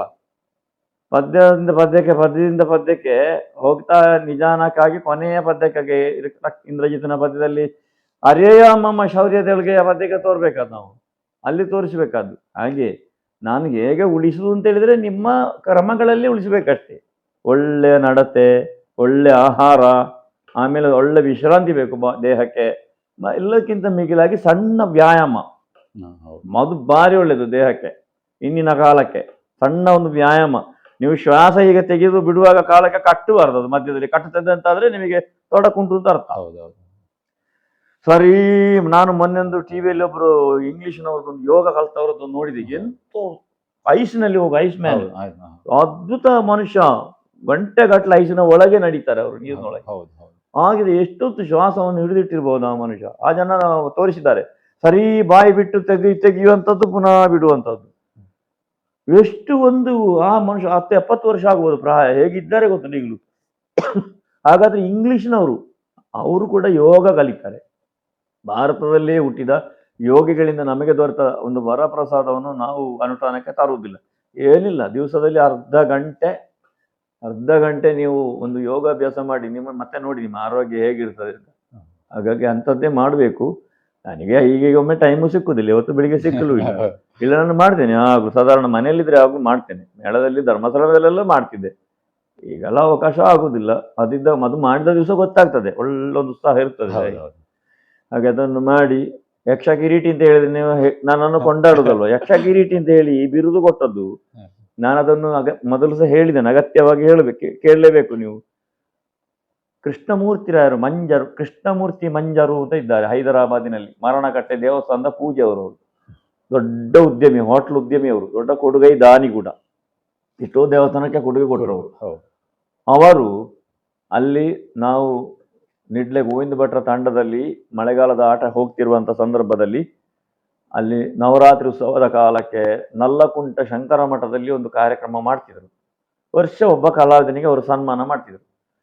ಬಂಗಾರದ ಉಂಗುರ ಹಾಕಿ ಸನ್ಮಾನ ಮಾಡುದು. ಅದು ಒಂದು ವರ್ಷ ನನಗೆ ಬಂತ ಸರದಿ.